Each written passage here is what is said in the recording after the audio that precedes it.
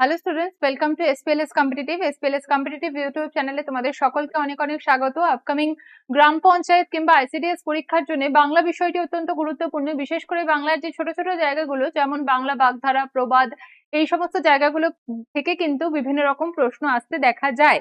তাই আজকে আমাদের যে ক্লাসটা হতে চলেছে তার টপিক হচ্ছে বাংলা প্রবাদ। প্রবাদ কি না, মানুষের মুখে মুখে দীর্ঘদিন ধরে বিভিন্ন রকম কথা প্রচলিত হতে হতে সেটাই এককালে প্রচলিত কিছু কথার মতো আর কি আমরা ইউজ করে থাকি, সেগুলোই হচ্ছে বাংলা প্রবাদ। যেগুলোর যদি আমরা বাহ্যিক অর্থ দেখতে যাই তাহলে সেটা একরকম, কিন্তু আসলে সেটাকে অন্য ধরনের অর্থে বোঝানো হয়। তো এই সমস্ত বাংলা প্রবাদ গুলো কিন্তু বিভিন্ন সময় বিভিন্ন রকম পরীক্ষাতেই এসে থাকে। আজকে কয়েকটা বাংলা প্রবাদ নিয়ে তোমাদের সামনে আসবো। তোমরা দেখো যে কতটুকু তোমরা করতে পারছো বা কতটা তোমাদের মনে আছে। আমাদের ফার্স্ট কোয়েশ্চেন, অতি লোভে তাঁতি নষ্ট প্রবাদটির অর্থ কি? অতি লোভে তাঁতি নষ্ট মানে প্রচন্ড যদি কারো লোভ থাকে তাহলে কি হয়? সর্বনাশ হয়।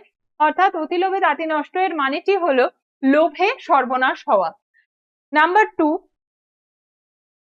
নাচতে না জানলে উঠোন বাঁকা। বিভিন্ন ক্ষেত্রে আমরা এটা ব্যবহার করি, নাচতে না জানলে উঠোন বাঁকা। অর্থাৎ যখন কেউ অযথা অজুহাত দেয়, মানে যে অজুহাত দেবার তার কথা নয়, সে যখন অজুহাত দেয় তখন তাকে বলা হয় নাচতে না জানলে উঠোন বাঁকা। অর্থাৎ কেউ যখন নাচার অজুহাত দিয়ে বলছে যে উঠোনটা বাঁকা, তো তাই আমি আজকে নাচতে পারছি না।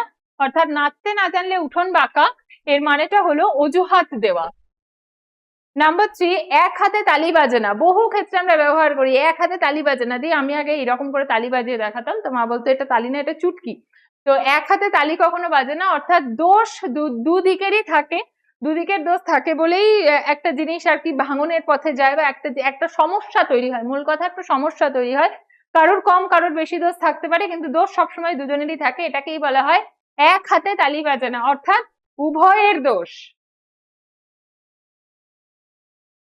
নাম্বার 4, চোর পালালে বুদ্ধি বাড়ে। মানে কোনো একটা কাজ যখন ইনস্ট্যান্ট হয়ে যায় তারপরে আমাদের বুদ্ধি খোলে যে এই সময় এটা করলে ভালো হতো। বিশেষ করে মেয়েরা রিলেট করতে পারবে, ঝগড়ার সময় আমাদের ঠিক ওই পুরনো দোষগুলো মনে পড়ে না, টপিক গুলো ঠিক মনে পড়ে না। ঝগড়াটা শেষ হয়ে যাওয়ার পর, মিটমাট হয়ে যাওয়ার পর মনে পড়ে ঝগড়ার সময় তো এটা নিয়ে খোঁচা দিলে ভালো হতো। তো এটাই হচ্ছে চোর পালালে বুদ্ধি বাড়া, অর্থাৎ পরে অনুতাপ করা। পরে অনুতাপ করা, চোর পালালে বুদ্ধি বাড়া মানে হচ্ছে পরে অনুতাপ করা। কোয়েশ্চেন নাম্বার 5, যার লাঠি তার মাটি। যার লাঠি তার মাটি, এই কথাটা আরেকটি বিশেষ অর্থে ব্যবহার করা হয়। এই প্রবাদটার সাথে আরেকটি প্রবাদ ওতপ্রোতভাবে জড়িত একই সঙ্গে। সেই প্রবাদটা কি তোমরা যদি জেনে থাকো তাহলে অবশ্যই কমেন্ট সেকশনে জানিয়ে যাবে। যার হাতে লাঠি তারই মাটি, অর্থাৎ তারই জোর। এই কথাটাকে অন্যভাবেও কিন্তু বলা হয়। কমেন্ট সেকশনে অবশ্যই আমি উত্তরটা আশা করব। যার লাঠি তার মাটি কথাটির মানে হলো শক্তির প্রাধান্য, অর্থাৎ যার শক্তি আছে সেই শেষ কথা বলবে। সেটা কিন্তু সব জায়গাতেই তাই। তুমি যত প্র্যাকটিস করবে তুমি পরীক্ষা হলে তত ভালো উত্তর দিতে পারবে, তোমার যত ভালো প্রিপারেশন থাকবে তুমি পরীক্ষায় তত ভালো করে রেজাল্ট করতে পারবে। তো যার লাঠি তার মাটি, যার হাতে ক্ষমতা তার হাতে সব। অল্প বিদ্যা ভয়ঙ্করী, অর্ধেক কিছু জেনে ফেলা। কোনো কিছুকে অর্ধেক জেনে ফেললে সেইটাই খুব ভয়ঙ্কর হয়। পুরোটা জানো না হলে বাপু জানো না। আমরা বহু ক্ষেত্রে দেখি বিভিন্ন রকম সাংবাদিকরা কোন একটি বিশেষ বক্তব্যকে শুধু মাঝখানটুকু শোনাচ্ছেন, এবং মাঝখানটুকু শোনার ফলে হয়তো চারপাশে একটা বিশাল জনরোষ তৈরি হয়ে গেল, দাঙ্গা বেঁধে গেল। সবসময় জানবে হয় কোনো কিছু জানবে না, নইলে অর্ধেক জানবে না। অর্ধেক জানাটাই সব থেকে বেশি ভয়ঙ্কর। অর্থাৎ অল্পবিদ্যা ভয়ঙ্করী মানে হলো অর্ধ জ্ঞান ক্ষতিকর। কোয়েশ্চেন নাম্বার 7, যেমন কর্ম তেমন ফল। যেমন কাজ করেছো তেমন পেয়েছো। পরীক্ষার আগে ঘুমিয়েছো অতএব পরীক্ষায় ফেল করেছো, খুব সাধারণ একটা বিষয়। পরীক্ষার আগে খুব খেটেছো অতএব তুমি সরকারি চাকরিটা পেয়ে গেছো, সাধারণ একটা বিষয়। ঠিক তেমনি যেমন কর্ম তেমন ফলের মানে হলো কর্মফল, অর্থাৎ যেরকম কর্ম করবে ফল তুমি সেরকমই পাবে। যদিও কিছু ক্ষেত্রে ভাগ্যও অনেকটা ডিপেন্ড করে। ধরি মাছ না ছুঁই পানি, ধরি মাছ না ছুঁই পানি, অর্থাৎ এইরকম মানে ব্যাপারটা হচ্ছে যে আমি ওই কাজটা করব কিন্তু সেই কাজটার মধ্যে ইনভলভ হবো না, নিজেকে ইনভলভ করবো না, মানে ওইখানে যে আমি ছিলাম সেটা আমি কাউকে জানতেই দেবো না, এরকম যে একটা মানসিকতা। ধরি মাছ না ছুঁই পানি, অর্থাৎ চতুর কৌশল, মানে চালাকি করে সেই ব্যাপারটাকে সেই কাজটাকে হাসিল করে নেওয়া। ধরি মাছ না ছুঁই পানি, অর্থাৎ মাছ ধরা এবং জলটাকেও না ছুঁয়ে দেখা।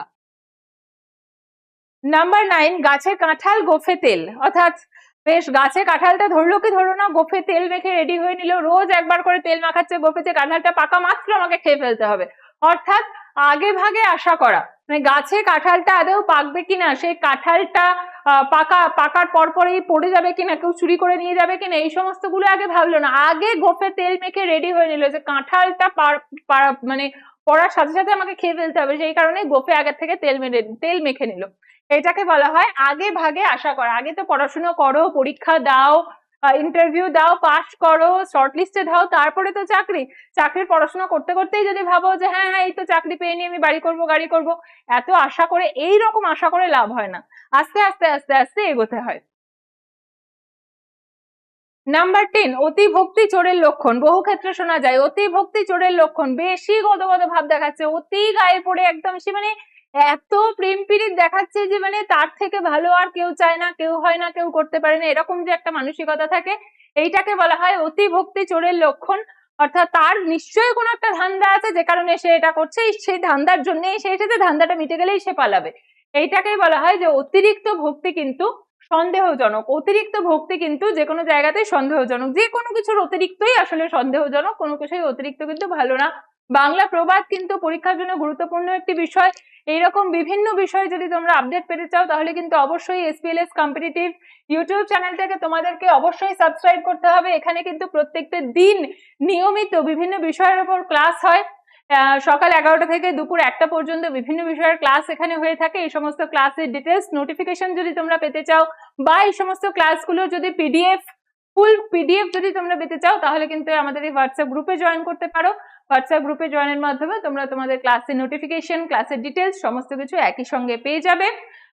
আজকের ক্লাসটি যদি ভালো লেগে থাকে অবশ্যই লাইক, শেয়ার, কমেন্ট করতে ভুলবে না এবং SPLS কম্পিটিটিভকে অবশ্যই সাবস্ক্রাইব করে দেবে। ধন্যবাদ।